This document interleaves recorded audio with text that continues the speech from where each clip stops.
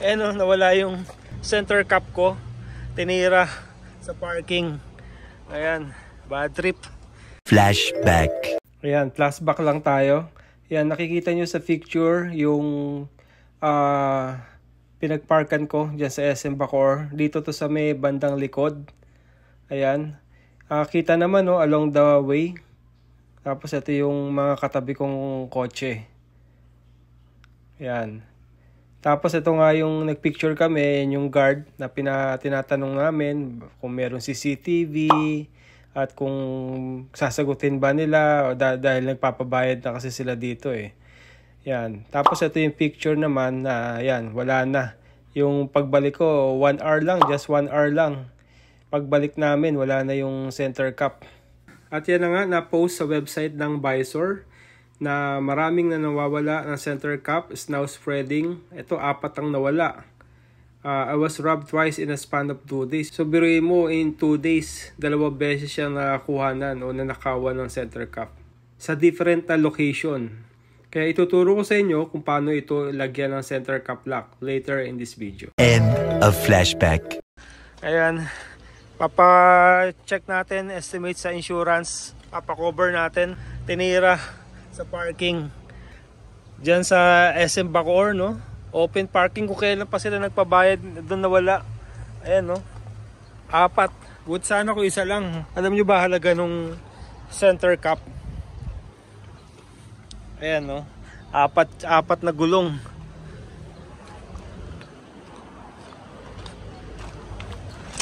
Ayan. Kinumpleto eh. Kinumpleto. Talaga walang kawala eh. Kaya tinawag ko sa insurance, ipapa-approve daw nila kung makover. Kasi ang halaga kasi ng bawat isa, 2,038. May 38 pa. So 2,038 bali 8,000 yan. Total. So at least kung participation lang na 3,000 babayaran ko, at least makakasave ako ng ng 5,000 pala. Masasave natin. No, papasagot natin sa insurance. Ayan, sana ma-approve. Ayan, dito tayo sa Toyota Casa sa Dasmariñas. Ayan si Kuya, papa-estimate.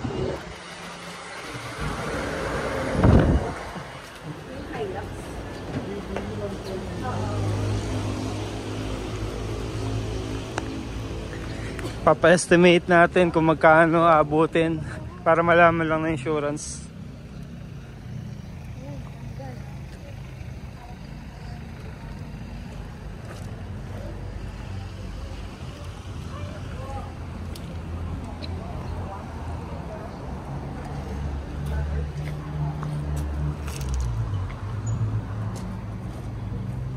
Apat eh, no? Kompleto. Isang set. Ang tinira. Magkano yung kuya? Yung ganon? Last month, nagpalit ako na sa 2.5. 2.5 na? Hindi ko lang sure kasi oo. maraming price increase niya eh. Bali 10,000 pala yun, 4. 10,000 yan. Grabe. Center cap lang. Ganda ng bagong Hilux G. Ito yung nawala oh. Ayan. Ayan, saktong-sakto. Ito yung nawala talaga sa akin. Ayun ang problema dito. Natutungkap to. Nananakaw. Parang conquest ng niya, yung front grille niya. Naka DRL headlamp na rin siya. Projector. Parang conquest na rin ng Hilux G ngayon. Pero for sure tumaas ang price nito. Keyless entry. Ayan, sensor. Tignan natin loob. Saka push start na siya oh. Tapos ito lumaki. Shit, nakakainayang. Sana ngayon ako bumili, no? Pero sa loob yun lang naman na nabago. Itong TV screen niya. Saka itong push start. Ayan, push start. Pero lahat intact pa rin. Yun pa rin. Ayan, yung mags na bago. Tapos meron na rin siyang ganito. Sa akin nagpalagay pa ako ng ganito sa labas, no? Aftermarket. Tapos yung ilaw niya sa likod, oh, conquest na. Tapos naka bedliner pa. Sa akin nilaban ko pa yung bedliner. Yan ang bagong Hilux G. Mga ganito hindi nananakaw eh, dahil maliit lang eh, oh, sa Innova. Hindi nila pag-aaksaya ng panahon to siguro. Makamura lang. Yan, dito tayo sa service parts. Ini-inquire natin yung hinawala sa atin. Sabi nila 2.5 pero titignan pa sa price list kung yung exact amount kung magkano. Hopefully mapalitan, no? At mura lang sana yung participation. Kaya si Sir Ian, no? Busy sa insurance. So may insurance claim na naman siguro sa kanya. Yan, siya yung nag-i-inspect. Ayan. So yan, order tayo ng center cap lock sa Lazada. At finally dumating na. So ito siya. Yan, bali 8 pieces ito. So 2 ang gagamitin natin for each wheel. So yan, matibay naman, stainless. Tapos hindi siya nabe-bend. Yan, makapal. Okay? So kung paano to kinakabit, kasi ito, naka-clip lang. Yan, no? Talaga madaling sikwatin. So manakaw, no? So para maikabit mo siya to lock this center cap, yan, dyan siya. Talaga meron siya ditong butas. Yan. Nakakawit siyang ganyan. Tapos nakapasok dun sa, nakaipit dun sa tornilyo. Yan, ganyan siya. So dalawang tornilyo yung tatanggalin, ito saka to. So at least dalawa, so hindi na siya mahihila. Ayan. Okay, pakabit natin. Ayan, pakabit natin yung lock para hindi naman nakaw. Ayan.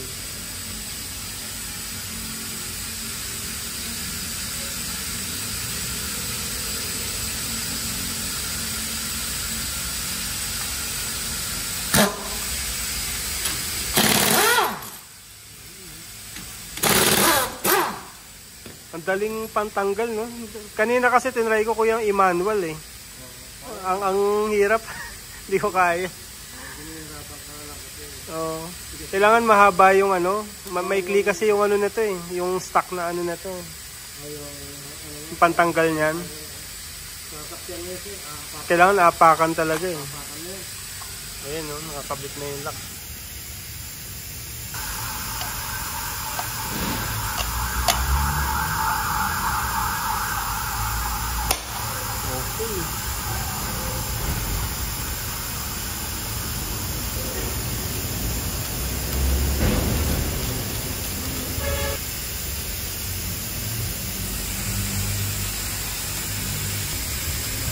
Silentro mo muna.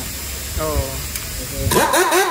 Silentro yun, no? Pagkala, hindi nababasan. Baka mababasan.